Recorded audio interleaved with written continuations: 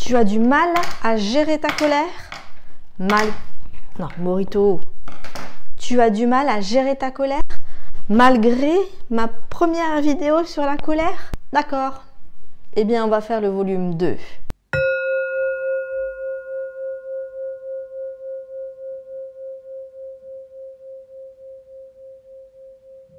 Bonjour et bienvenue sur la chaîne Tout va bien Marine, la chaîne où l'on avance sans être en colère. Dans la première vidéo, je vous avais fait une histoire sur un petit garçon qui plantait des clous. Aujourd'hui, je vais vous faire une autre histoire, parce que je sais que vous aimez les histoires.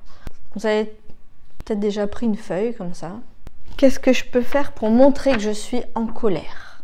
Bien, je vais prendre la feuille, je vais la chiffonner.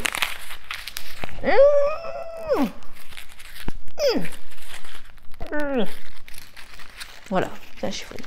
Et maintenant que je me suis calmée, je vais vouloir reprendre cette feuille. Et je vais essayer de la mettre comme elle était avant.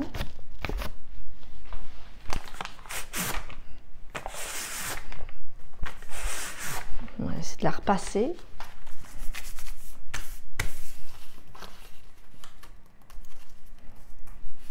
Et vous voyez la feuille, elle en garde quelques séquelles. Eh bien, l'histoire de cette feuille, c'est l'histoire de certaines de mes relations. Parce que les personnes qui m'ont vu énervée une fois sont comme la feuille. Ils se disent waouh. Et c'est vrai que je me dis, mes proches auront toujours cette vue de moi, de quelqu'un de très très énervé, et auront toujours une peur que je sois à nouveau énervée de cette façon. On ne peut pas revenir en arrière, c'est un peu comme l'histoire des clous. La feuille, là, vous pouvez la repasser, vous pouvez faire ce que vous voulez. Elle aura des plis, des stries, très chiffonnée. Comme certaines personnes après une dispute, on peut être chiffonné.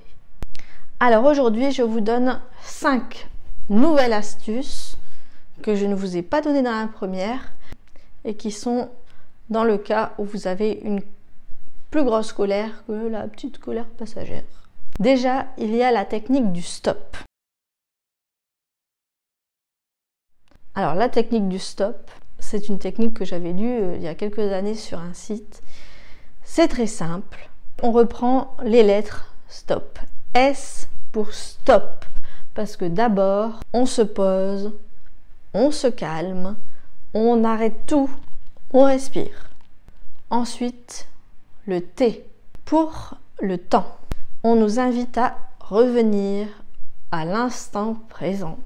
Parce que finalement, l'émotion, la colère, regardez bien, elle est déjà passée. Le O pour observation. Observez ce qui vous entoure. C'est encore revenir à l'instant présent. On y revient toujours, mais c'est comme dans la prophétie des Andes, dans les recherches qu'on a faites, c'est prendre le temps de se calmer, de regarder ce qui nous entoure, d'observer, de prendre le temps de voir la beauté, de voir un nuage, de regarder une plante, de regarder n'importe quoi, ce qui nous entoure, ce qui est beau. Le P de penser, revenir à ce qui est utile. Comment faire avancer la situation plutôt que de vouloir l'envenimer. Il s'agit vraiment d'arrêter le flot de pensée et l'émotion qui monte pour revenir à la réalité et apporter une réponse constructive pour faire avancer les choses ou poursuivre tout simplement notre chemin. En 2, compter jusqu'à 3. Ouais, j'aurais pu la mettre en 3 du coup. Et oui, la vieille astuce que l'on utilise pour les enfants. Je compte jusqu'à 3 et on y va. Et bien à 3, on s'en va. En tout cas, c'est ce que l'on devrait faire si la colère n'est pas retombée. On respire, on s'arrête, on compte jusqu'à 3. Si vraiment on est toujours à avoir envie de taper dans un mur, on prend la porte, on s'en va et on respire. En 3, je vous conseille de reprendre du début. Vous n'êtes pas la colère. On a tous des émotions, on a tous des réactions, mais ce n'est pas nous. Il faut bien comprendre la différence. Nous ne sommes pas une émotion. Nous ne sommes pas une colère. Nous l'avons vu dans la première vidéo. On peut aller marcher un peu, on peut aller faire un tour en voiture, ouvrir la fenêtre, respirer déjà de l'air frais, prendre un temps de pause avant de répondre à un mail par exemple, plutôt que de faire une grosse bêtise. On peut ensuite analyser d'où vient cette colère, qu'est-ce qu'elle nous renvoie, est-ce que ça nous fait penser à un élément passé. Alors on parle souvent d'un abandon, de choses qui reviennent, d'une injustice. On va regarder jusqu'où ça nous emmène. En 4, se focaliser sur un sens.